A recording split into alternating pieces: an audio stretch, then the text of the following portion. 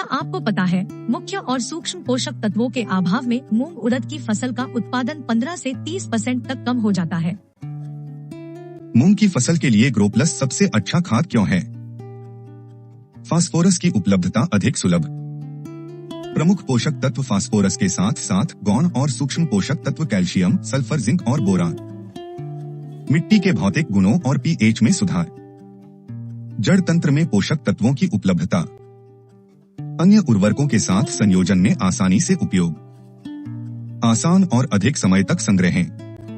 मूंग फसल में ग्रोप्लस के लाभ: स्वस्थ और मजबूत पौधा, स्वस्थ और पूर्ण विकसित जड़ें, पूरी तरह से भरी हुई फलियां, पत्तियों का गहरा हरा रंग, गुणवत्ता युक्त उपज, फसल से ज्यादा मुनाफा। मूंग की फसल में हमारे किसान भाई का ग्रोप्लस के साथ अनुभव। मैं ओम प्रकाश राठौर हरदा जिला का निवासी हूँ। खिड़कियाँ तहसील ग्राम चारवा। ग्रोप्लस मैंने प्रति एकड़ 2 बोरी के हिसाब से 5 एकड़ में यूज़ किया था।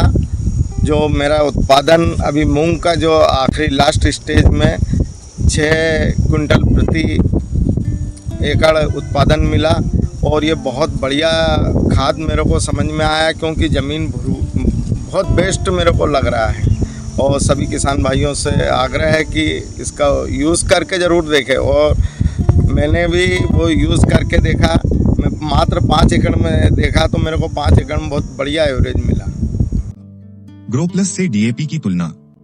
उपरोक्त तालिका में बताया गया है कि किस तरह हमारे किसान भाई डीएपी की तुलना में अगर ग्रोप्लस और यूरिया का उपयोग करते हैं तो मूंग की फसल को nitrogen, phosphorus, calcium, sulphur, zinc और बोरान जैसे आवश्यक पोषक तत्वों की पूर्ति होती है, जो कि फसल के संपूर्ण विकास के लिए आवश्यक है, जबकि डीएपी केवल नाइट्रोजन और फोस्फोरस ही फसल को प्राप्त होते हैं। मूंग की फसल के लिए पोषण प्रबंधन और उर्वरकों का आयोजन। चूँकि मूंग एक दलहनी फसल है, इसे कम मात्रा में नाइट्रोजन की जरूरत होती है।